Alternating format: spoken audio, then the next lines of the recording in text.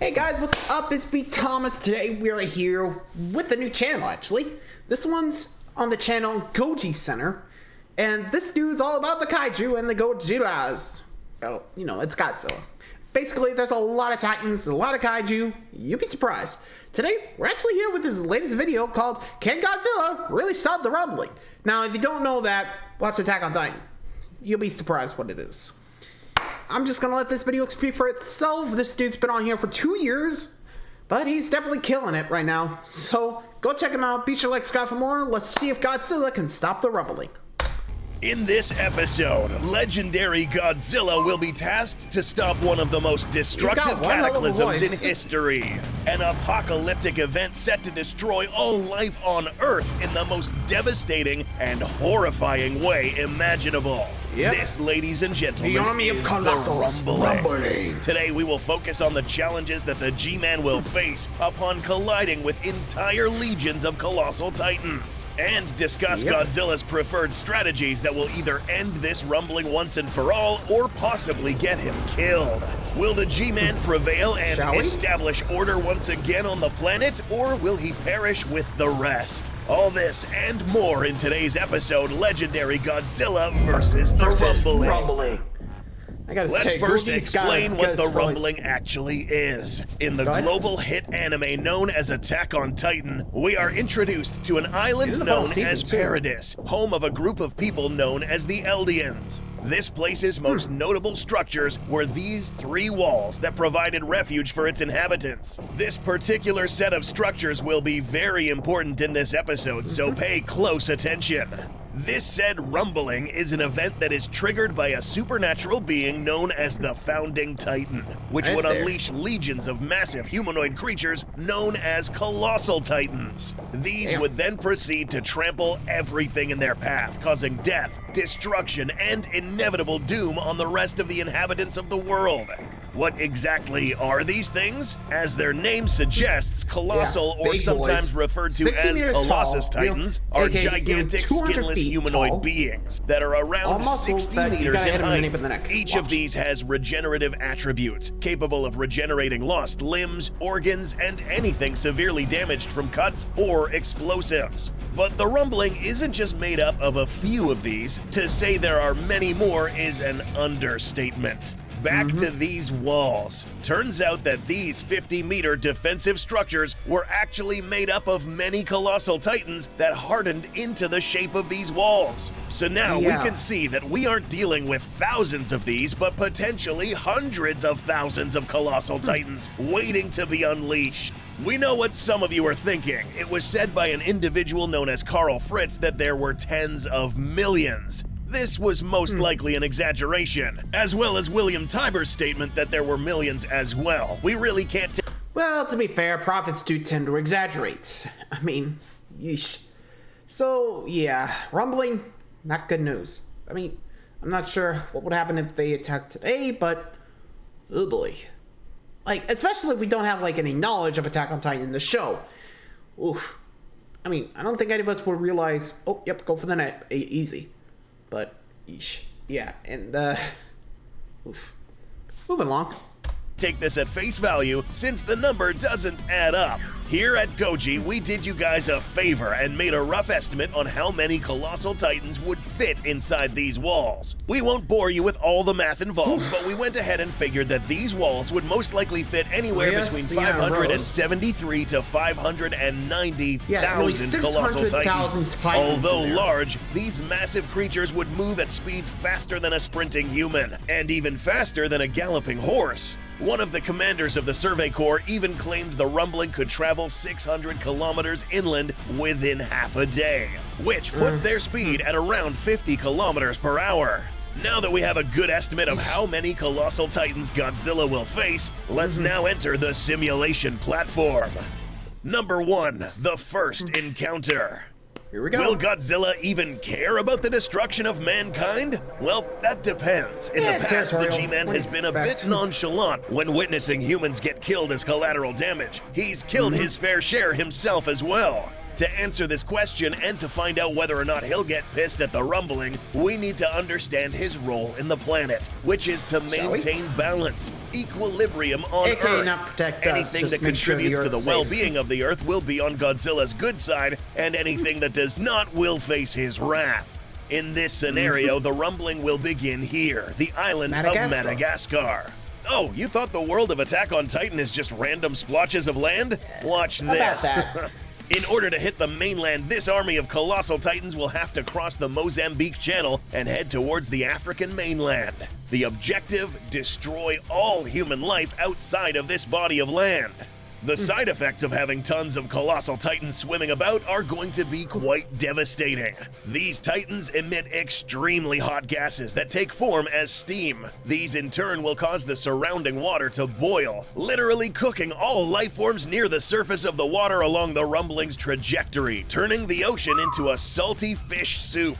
Godzilla will inevitably get a whiff of this and immediately get pissed. It's also important to note that the G-Man would have obviously felt something once the rumbling actually started. More on this later.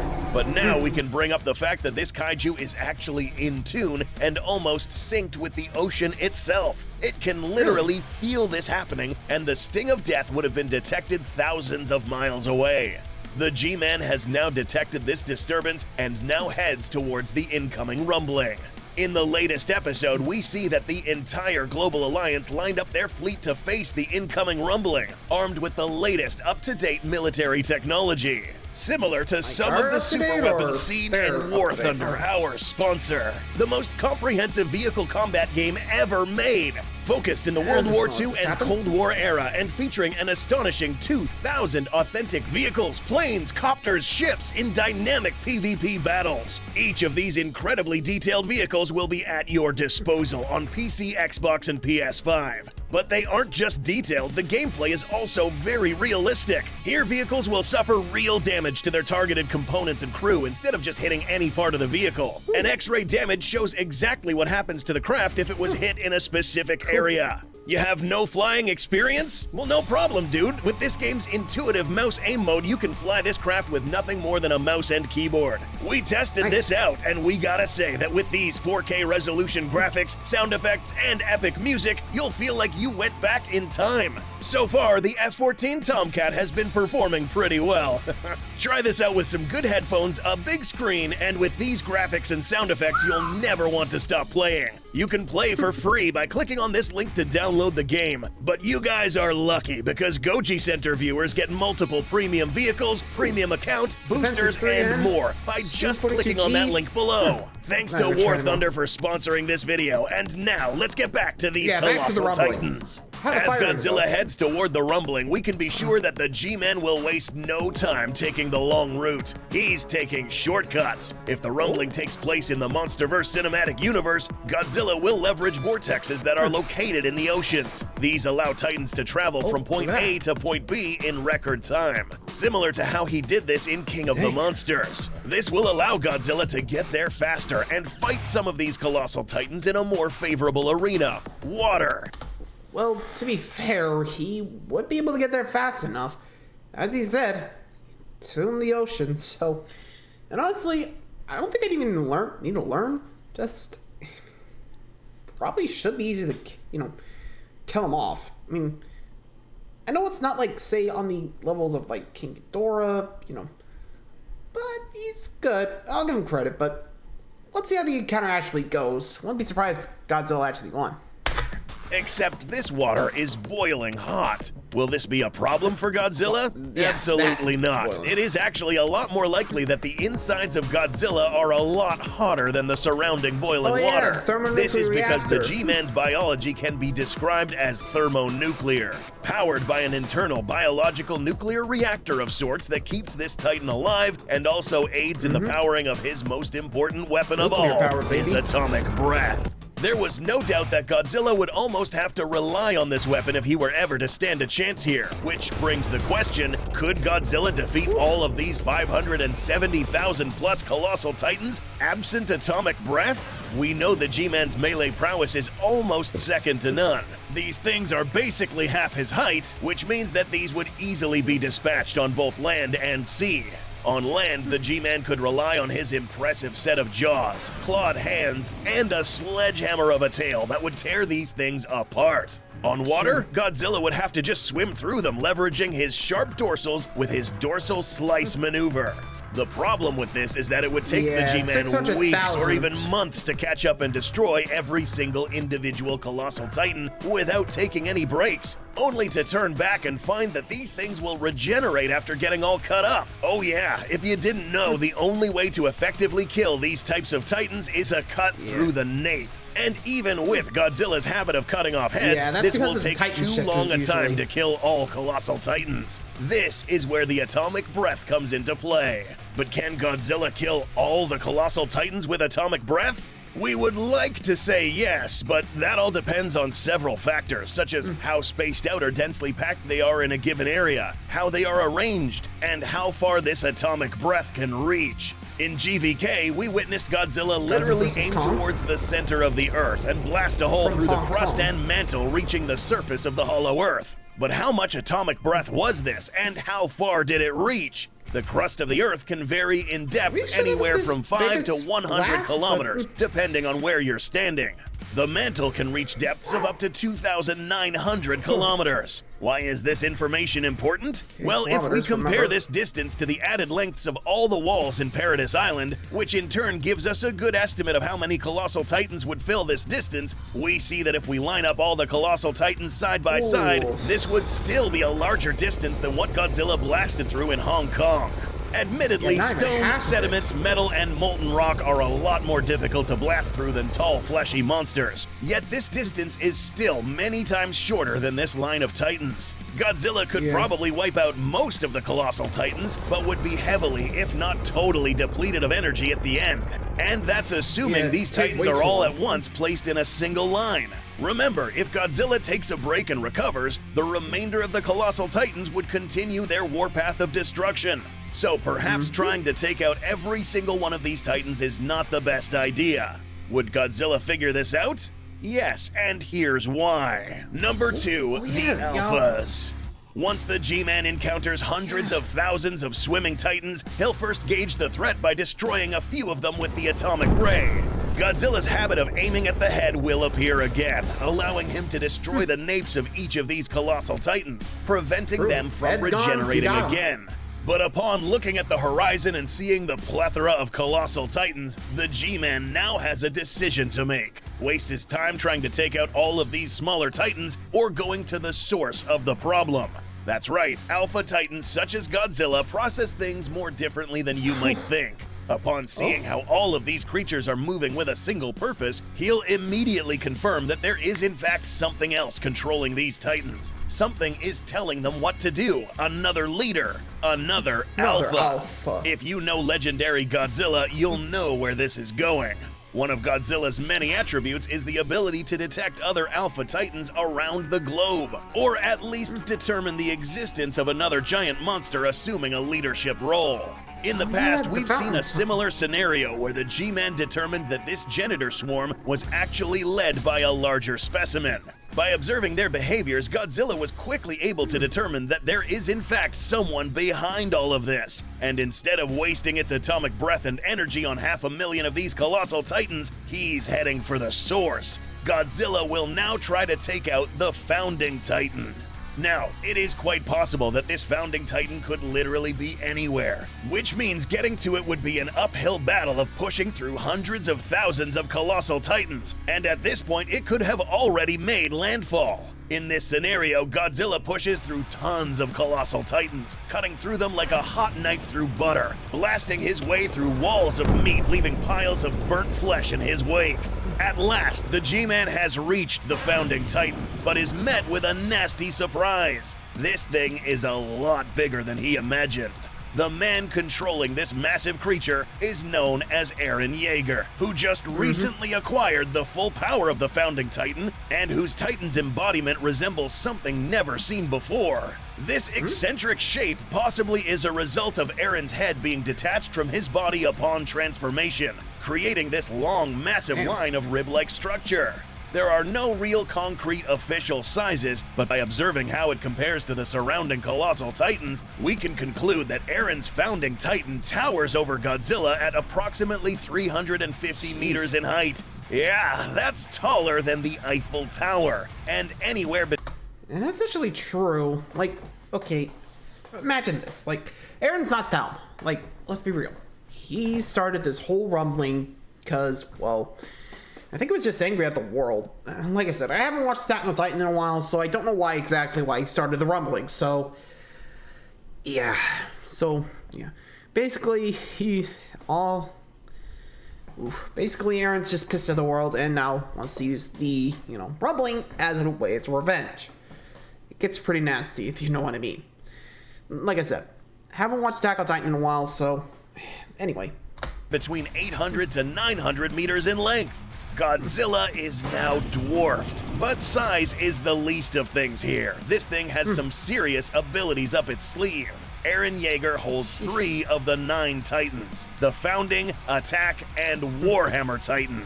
The ability to summon any of the past Titan shifters, ability to create more Colossal Titans, and ability to morph into any of the Titan forms. There are more abilities, but in this episode we'll focus on the abilities relevant to a fight against Godzilla. So now we see that there is a really good reason why Godzilla is now aiming to take out the Founding Titan. In terms of melee prowess, Eren's Founding Titan really can't do much since its physical build compared to Godzilla's is still way too fragile to actually engage in a 1v1 combat. I mean, it's limbs would snap upon making contact with a robust creature like the G-Man.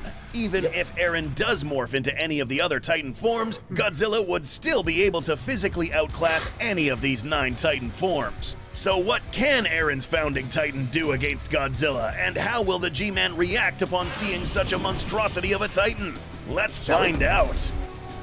Number 3, Godzilla versus Founding Titan.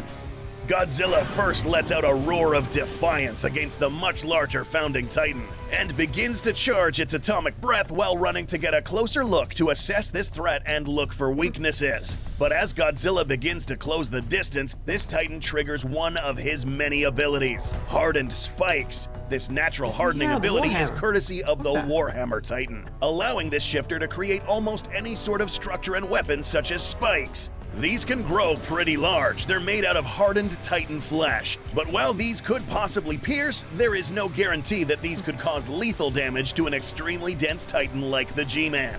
The problem with this ability is that it must be used in moderation. Using it too much will exhaust the Titan shifter. These spikes, however, would keep him at bay for now. So it's evident at this point that this isn't really a question of if Godzilla can stop the rumbling, but can Godzilla defeat this Founding Titan? Even at a distance, the Founding Titan would still be at range for Godzilla. And given his habit at aiming for the head, this atomic ray with temperatures of more than 500,000 degrees Celsius will make way into the Founding Titan's skull, through the back of the head, and destroying Eren Yeager's head, which controls this Founding Titan. The death of Eren Yeager now means that the power of the Titans is now relinquished, and all Titans in existence would vanish before everyone's eyes. The rumbling in Attack on Titan could not be stopped with the current technology available in this era. Had this rumbling occurred during the late World War II, Cold War era, and beyond, the rumbling would have been obsolete, especially given the advent of missile and atomic weaponry. And since Godzilla himself is the embodiment of atomic weapons, there is no doubt that a creature this large, with such weapons, would have no problem defeating any sort of Titan. So, to finish off, could the rumbling actually work in the MonsterVerse cinematic universe? If Godzilla decides to solo this entire event, he could. Only if he goes directly for the Founding Titan. A more realistic scenario would be Godzilla summoning his own army of Titans. Kaiju including Titanus Rodan, Mothra, Behemoth, Methuselah, Scylla, Amulek, Kong, and many other Kaiju that would rise up as a pack and put an end to this rumbling. Nice. If you enjoy fun crossovers and what-if scenarios involving Kaiju, monsters, and dinosaurs, you've officially found the best channel for this sort of content. Subscribe, like this video, and don't forget to join War Thunder and get your hands on. You know, honestly, I feel like I could be coming back for more for this, but I guess it depends on the videos, you know? What do you guys think? honestly, this does sound pretty good. Like I said, go check out Goji Center. He's got all the videos about the Godzilla Titans and all that. And honestly, now I'm kind of curious what other like monsters that Godzilla could face off against. You guys got any ideas? Let me know. I think a good one could be like, you know that World of Warcraft like a dragon, Deathwing, I think. Other than that, Fing Fang Foom or something. I don't know. Expand. You guys got any ideas? Let me know. Love to know. Be fun to watch. Anyway, thanks for watching, everybody. Until next time, like, subscribe for more. See ya.